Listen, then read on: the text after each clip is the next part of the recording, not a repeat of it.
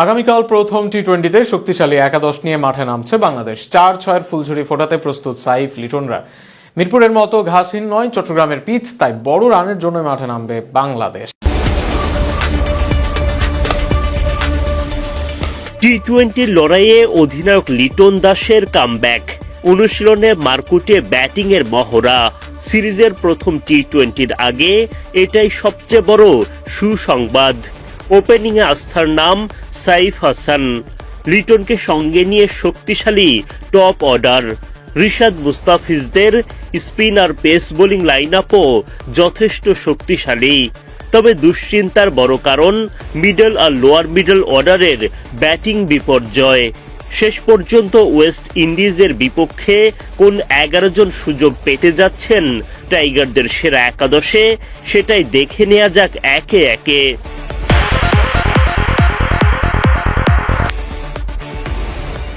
ওপেনিংয়ে সাইফ হাসানের জায়গা পাওয়া নিয়ে কোনো সংশয় নেই।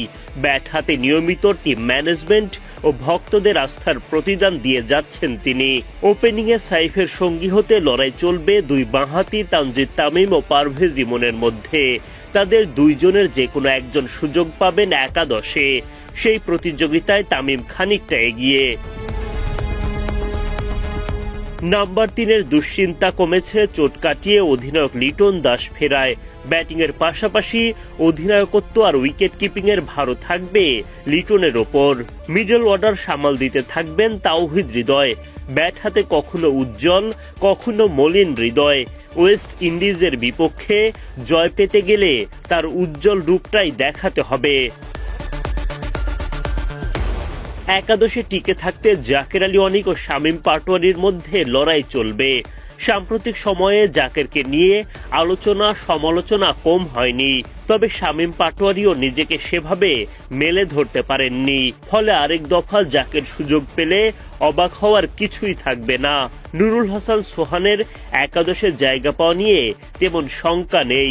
ব্যাটিংয়ে তার গুরুত্বপূর্ণ অবদান দলকে এগিয়ে নিতে বড় ভূমিকা রাখবে।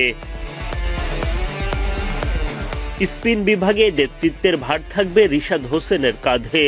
বোলিং জাদুর পাশাপাশি বড় বড় ছক্কায় রিশাদের ক্যামিও বাংলাদেশের জন্য হতে পারে বাড়তি পাওয়া। রিশাদের সঙ্গী হতে স্পিন বিভাগে আছেন শেখ মেহেদী ও নাসুম আহমেদ। উইকেট কন্ডিশন বিবেচনায় তাদের মধ্যে একজন টিকে যাবেন। পেস ইউনিটে বরাবরের মতোই সামনে থেকে নেতৃত্ব দেবেন মুস্তাফিজুর রহমান। সঙ্গে থাকবেন তাসকিন আহমেদ ও তানজিম সাকিব। চট্টগ্রামে মারকুটে ক্যারিবিয়ান ব্যাটারদের বিপক্ষে কঠিন পরীক্ষা দিতে হবে তাদেরকে।